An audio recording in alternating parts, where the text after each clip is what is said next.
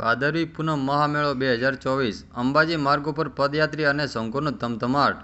અરવલ્લીની ગિરમાળાઓ જય અંબેના જય ઘોષથી ગુંજી ઉઠી। પદયાત્રી અને શંખોનો અવિરત પ્રવાહ અંબાજી તરફ આગળ વધી રહ્યો છે।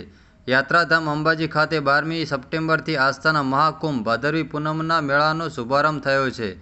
રાજ્ય સરકારના પવિત્ર યાત્રાધામ વિકાસ બોર્ડ, જિલ્લા વહીવટીતંત્ર, શ્રી આરાસુરી અંબાજી માતા દેવસ્થાન ટ્રસ્ટ અને સેવાભાવી સંસ્થાઓ દ્વારા માઈ ભક્તો માટે સેવા અને શુશ્રૂષા સાથે તમામ પ્રકારની વ્યવસ્થા કરવામાં આવી છે।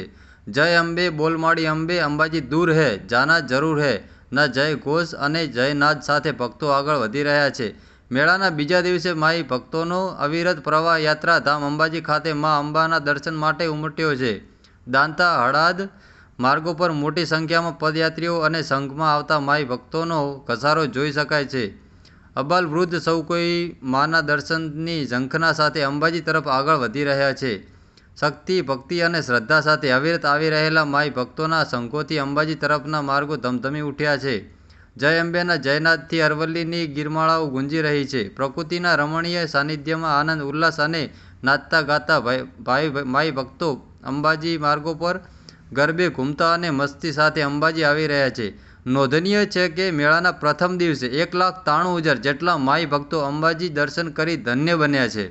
ગુજરાતના ખૂણે ખૂણેથી દૂર દૂરથી માઈ ભક્તો હાથમાં ધજા, ત્રિશૂળ, ચુંદડી અને અનેકવિધ વેશભૂષા સાથે મોજ મજા અને શ્રદ્ધા સાથે અંબાજી તરફ પ્રયાણ કરી રહ્યા છે। દાંતા અંબાજી માર્ગો પર આવા પદયાત્રી સંઘોનો અવિરત પ્રવાહ આગળ વધી રહ્યો છે।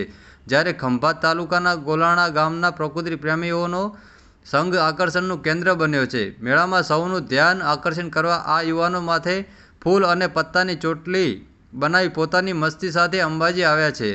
પ્રકૃતિના સાનિધ્યમાં અને અરવલ્લીની ગિરિમાળાઓમાં ભરાતા અંબાજીના મેળામાં દરેક શ્રદ્ધાળુ પોતપોતાની અલગ અલગ શ્રદ્ધા અને આસ્થા સાથે આવે છે। આ અંબા સૌના મનોરથ પૂર્ણ કરતી હોવાની આસ્થા સાથે લાખો ભાવિ માઈ ભક્તો ભાદરવી પૂનમના મેળામાં આવી રહ્યા છે।